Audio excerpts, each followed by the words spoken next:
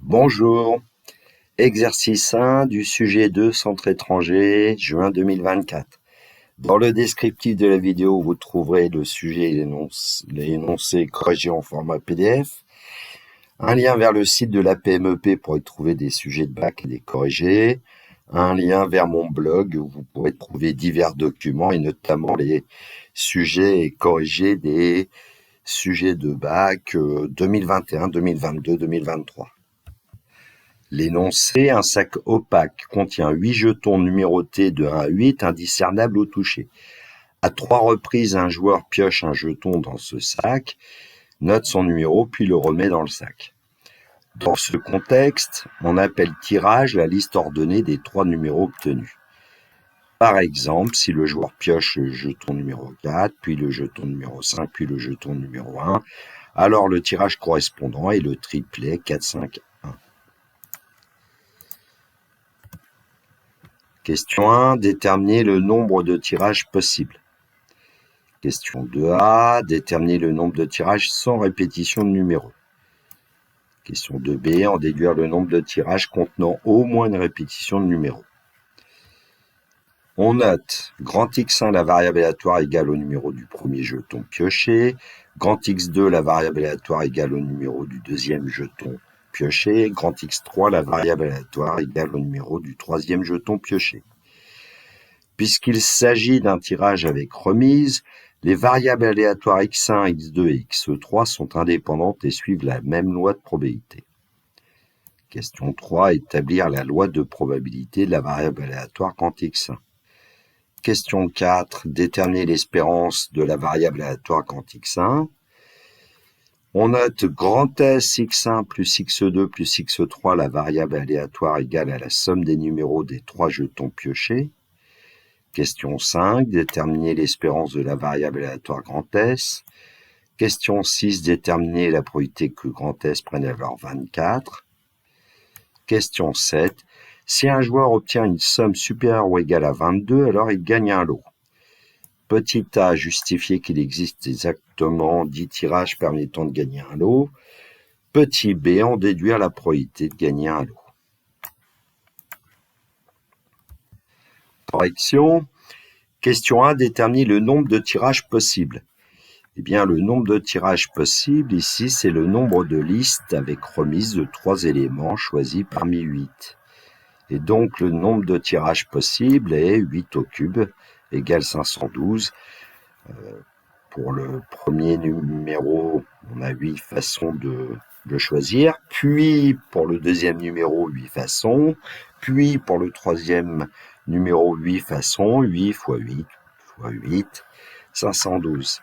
On utilise ici le principe multiplicatif. Question 2a. Déterminer le nombre de tirages sans répétition de numéros. Le nombre de tirages sans répétition de numéros, c'est le nombre de listes sans remise de 3 éléments choisis parmi 8. Donc pour le premier numéro, on a 8 choix possibles. Puis pour le deuxième numéro, 7 choix possibles puisqu'il n'y a pas de répétition. Puis pour le troisième numéro, il y a 6 choix possibles. On applique le principe multiplicatif et on obtient 8 fois 7 fois 6, 336. Donc le nombre de tirages sans répétition de numéros est égal à 336. Question 2b. En déduire le nombre de tirages contenant au moins une répétition de numéros.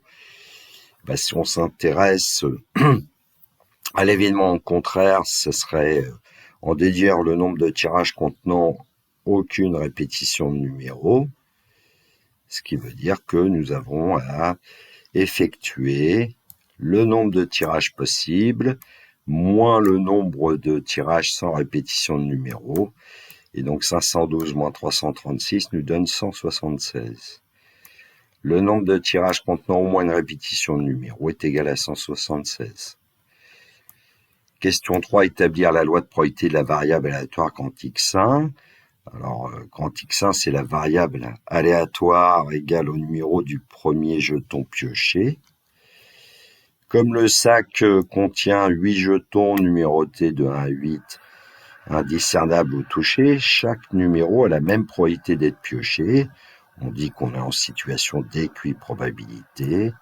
Et donc, pour tout entier K compris entre 1 et 8, la probabilité que grand X1 égale K est égale à 1/8. Alors, je vous ai donné un petit tableau pour résumer la loi de probabilité. J'ai simplement appelé PK la probabilité que grand X1 prenne la valeur K, pour que ce soit plus simple.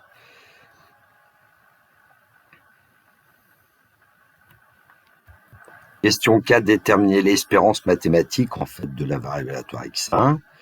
Alors bon, j'ai récupéré le tableau et puis on sait que l'espérance mathématique de X1 c'est la somme des KPK pour K variant de 1 à 8 ici, c'est-à-dire en utilisant le tableau qui a été complété au-dessus, on a mis en première ligne K, en deuxième ligne PK, en troisième ligne KPK. On obtient 36 huitièmes, c'est-à-dire 9 demi, c'est-à-dire 4,5. Question 5, déterminer l'espérance de la variable aléatoire grand S. Alors, grand S, c'est la somme de x1 avec x2 avec x3. Donc, l'espérance de grand S, c'est l'espérance de x1 plus x2 plus x3. Donc, l'espérance de S, c'est la somme des espérances de x1, x2, x3. Alors, comme les variables aléatoires x1, x2, x3 suivent la même loi, eh bien, E de S, c'est 9 demi plus 9 demi plus 9 demi, c'est-à-dire 27 demi, on souhaite encore 13,5. Question 6, déterminer la probabilité que grand S prenne la valeur 24. Alors voilà, ce que j'ai dit, c'est que l'événement S égale 24, c'est en fait l'événement x1 égale 8 et x2 égale 8 et x3 égale 8. Et donc, comme les variables aléatoires x1, x2, x3 sont indépendantes et suivent la même loi de probabilité, la probabilité que grand S égale 24, c'est donc la probabilité que grand x1 égale 8, inter x2 égale 8, inter x3 égale 8.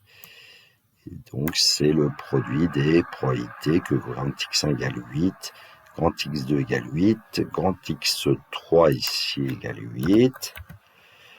1 huitième fois 1 huitième fois 1 huitième, ça nous donne 1 sur 512.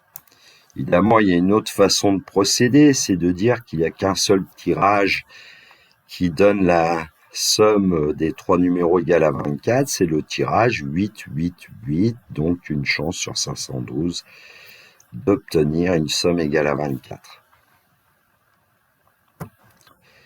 Question 7a, justifie qu'il existe exactement 10 tirages permettant de gagner un lot.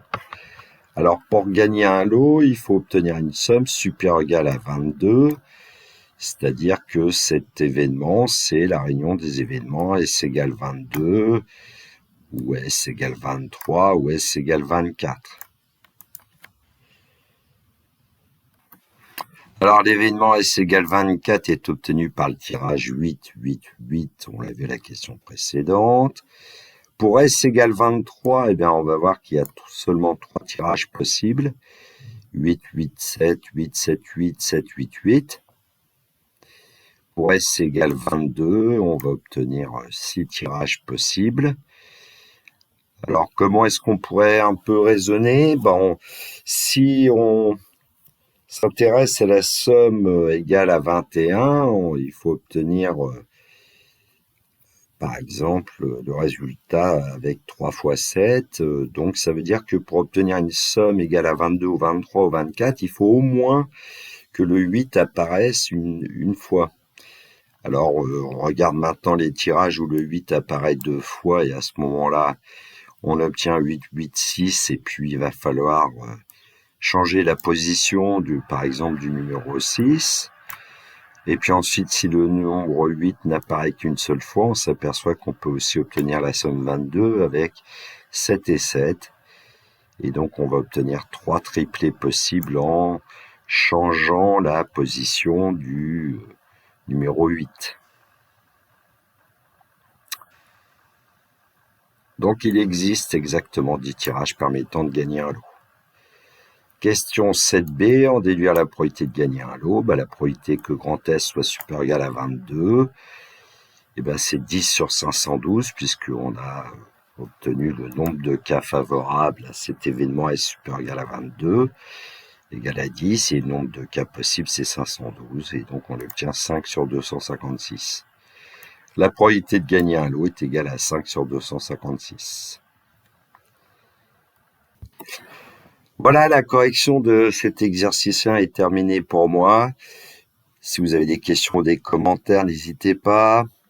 Je vous souhaite une belle journée, prenez bien soin de vous, que la force soit avec les élèves de terminale qui passent leurs épreuves de bac.